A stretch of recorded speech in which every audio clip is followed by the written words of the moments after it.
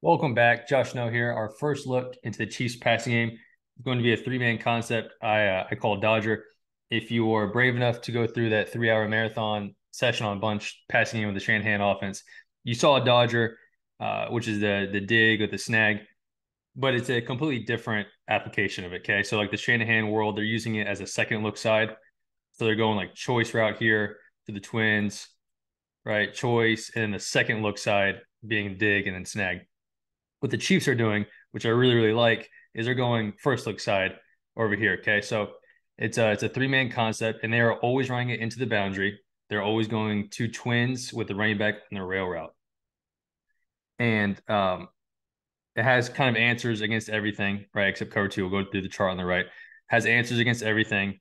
Away from it, I think there's 23 reps I saw. I think 21 of them are just double hitches, right? So the ball is definitely concentrating to this side. So two is running a dig, one on a snag. Snag in the NFL, 5 yard top of the number, sit. If you're matched, pivot back out. College reps is going to be 5 yards in the divide.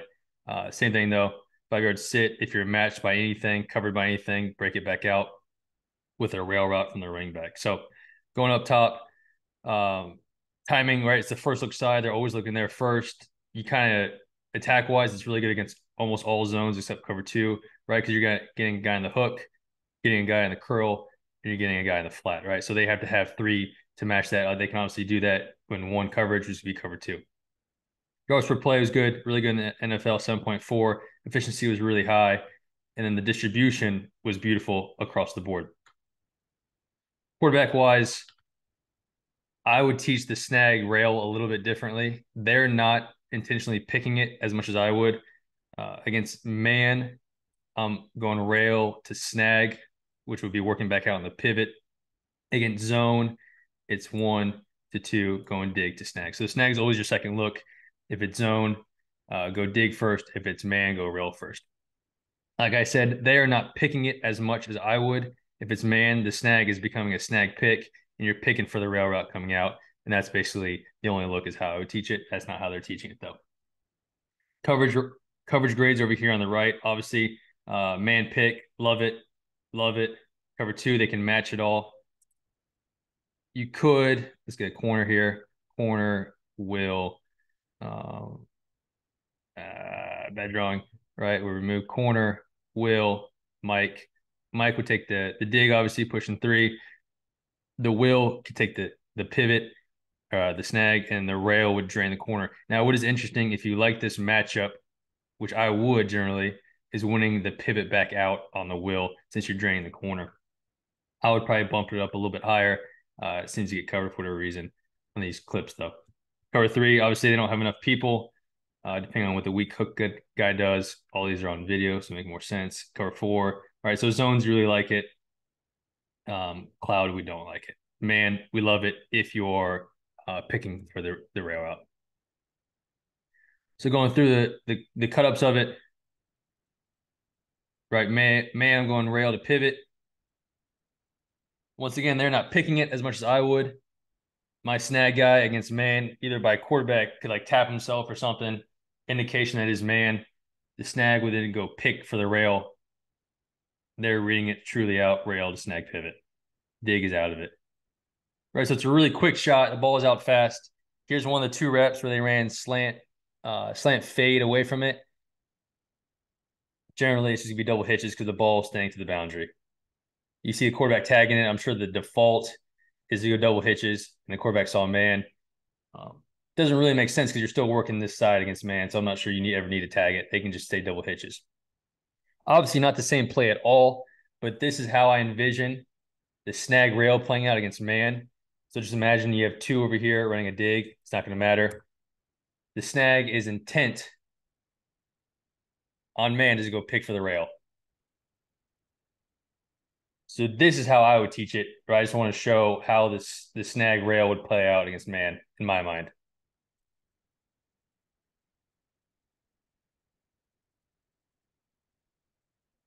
Right? Snag college talking about 5 yards in the divide. Okay, but his goal against man is to pick the backer covering the back, obviously. And after that, if he didn't get the ball, if the rail didn't get the ball, then the pivot could work back out. Okay, that's kind of coach speak, though. I would just say, hey, snag guy, you go pick the will linebacker, whoever's covering the back. Another look against man, right? If you don't want to pick it, then you're going rail.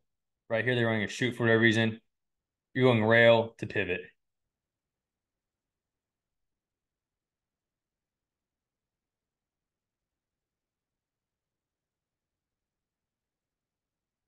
Cover two, right? The worst coverage against it. Then you bang the hitches, right? This you can pre-snap your hitches up top. Obviously, the outside guy will convert.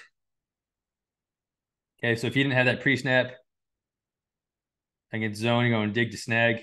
Right, they're able to cover it all here. The good thing is, right, you can drain the flat defender, you can drain the corner here, and you could win the pivot coming back out against the two-player in cloud. Obviously, the dig's going right to the Mike backer, pushing it though. I grade this as a 4. I think I could grade it higher. Like I give myself a 3 here on the coverage grade chart. Like I could think it's neutral if I like the pivot matchup on the two-player down here. No, look, cover 2.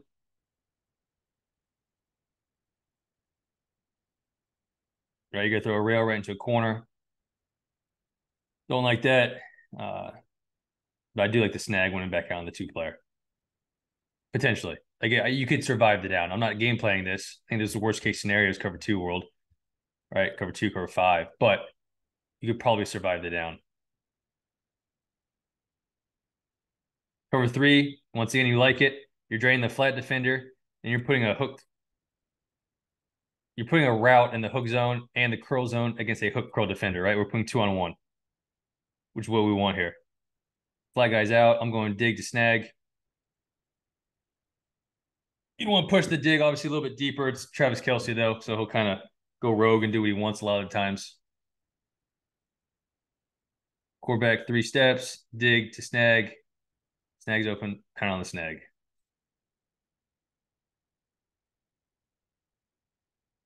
Cover 3, really like it. We're putting 2 guys on the hook curl defender.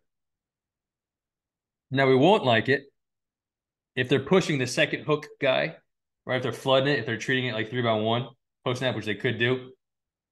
If they are flooding it post snap, then they can cover it, right? Because you can have a guy in the curl and then this hook player who's buzzing this way can then take the dig, right? So you have to see that's where the game plan chart and then the game plan per week has to change, right? Blanketly, I like this against cover 3. I don't like it against cover 3 if they push RB fast release, if they push it all and flood the covers that way. Once again, pre-snap, if you like your hitch, take your hitch. It's about the only time I would ever throw a hitch in my life, especially to the field. I know the NFL is a little bit differently, but this is about the only application of hitches I ever like is off a 3-man side you really like against everything else. If you have the free hitch, take it. If not, zone, go dig to snag. Here you end up working the snag.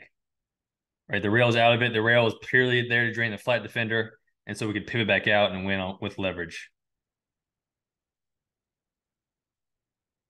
Fire zone, it's awesome. Right, you're putting 3 short guys, 3 short zone guys on 2 guys, right? So you're putting a guy in the flat, a guy in the curl, and a guy in the hook when they're only gonna have 2 defenders to cover it. Same thing, you're draining the flat guy. Now you're putting a hook curl conflict on a hook curl defender. So they're reading it differently. They're probably going outside in for whatever reason. I like going dig to snag. Happens a lot faster. So it's a lead against cover 3, especially the fire zone world.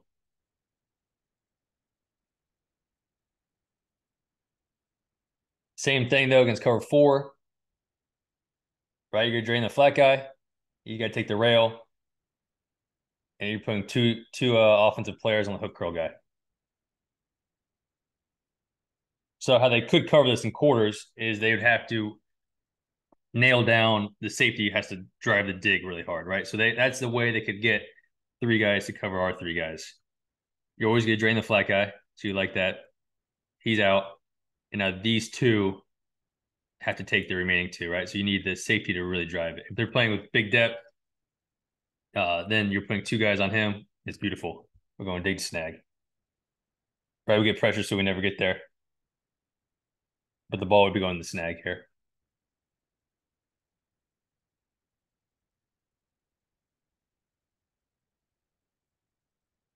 Day one quarters look up top.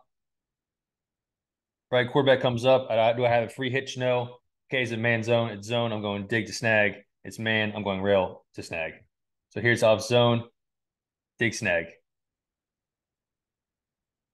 The dig's covered, and I'm going snag. Right, I'm not reading in my world. Right, we're not reading these defenders. I'm just going through the progression. I don't care how it's covered.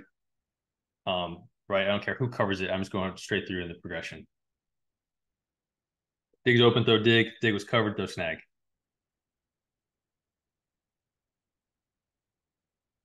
So really, really cool three-man concept. I think it's good against almost everything. Right, you're always kind of searching for those plays that you can pair up with the beaters. This is, I think, is one of those that you could check back into frequently. Right, I could have my whatever beater on. That beater is not. They're not in that coverage. They're not in that front structure. Then I'm checking it back to this play because I feel really, really good against on this play against most coverages. So 5-man, right? So 2-man stuff. Same thing here, man. We got what we want. This is the pick. Go pick the share of that will linebacker, right? And let's go win the rail, right? Winning a snag pivot against man is not going to happen. That guy's worth a piss.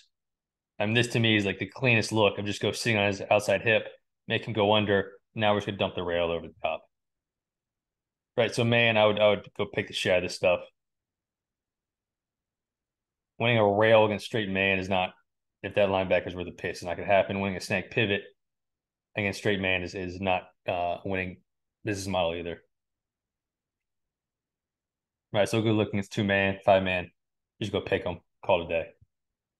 All right, so that is the Dodger aspect, right? So that's 1 on a snag pivot, 2 on a dig, 3 on the rail. This, if you don't have that concept in, okay, and you do run mesh, this is almost identical, right? This is what we did at UNC. This is what a lot of people do if you're kind of an air raid team, right? Is mesh pivot, and you end up getting the people in the exact same spot, the exact same thought process, right? Timing's a little bit different because of how long the deep overtakes. So the quarterback reads a little bit different. Quarterback reads probably easier on this one, right? You always go 1 to 2 to 3, no matter the coverage. Now, in my time, the ball that gets there is very, very infrequent. But this is you're getting people in the exact same places, right? So just 2 different ways of doing it.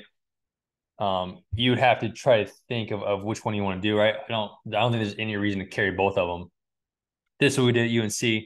This 3-man concept over here, I like against almost everything once again, right? So I love this whole thought process of rail pivot with either an over or dig, depending on what it is. So some reasons why you want to run this versus the other one. Who do you want running a pivot? Is obviously the big thing, right? So you always personnel it and change people around, but who do you want around the pivot? Are they in matchy type coverages, or are they going to stay locked on number 1? Right. So if they do stay locked on number 1 and they're going to push it between 2 and 3 or whatever, it's something you have to think about on which one you want to do. And then this one's probably easier for the quarterback to read. So a couple of looks at how we did it at UNC.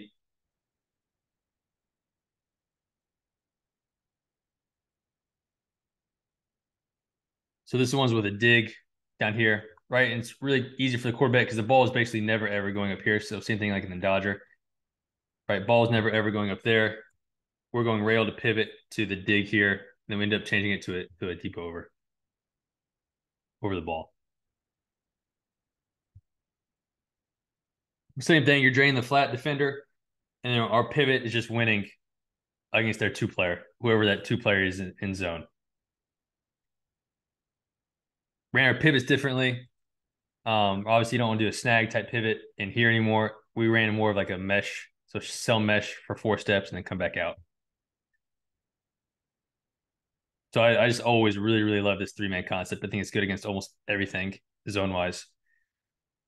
Really like to even against cover two and defenses we saw because that was our most explosive player always. That's our slot player, and he's going against a will linebacker for their boundary defense, and he should be able to win that matchup against a will, right? Because once again, we're draining in the corner on the rail.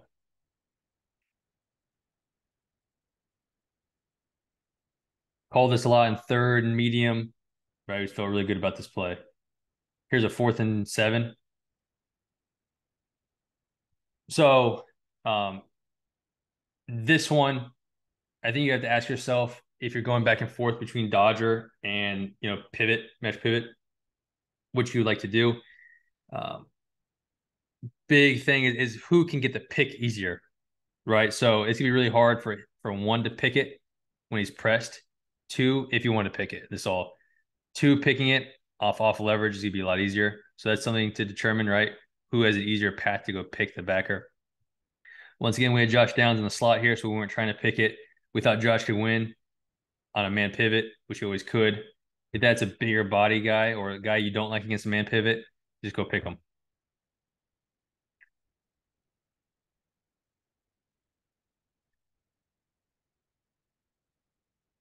So same thing, quarterback going rail, they cover the rail, go back to pivot, and you go to deep over.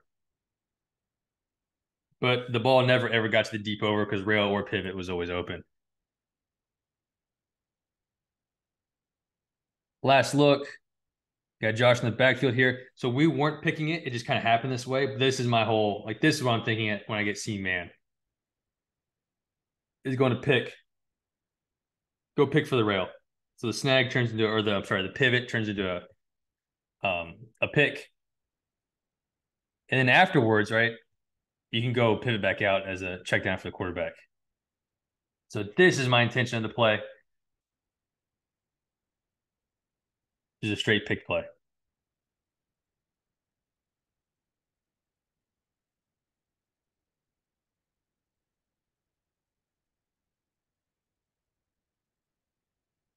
All right, appreciate you watching.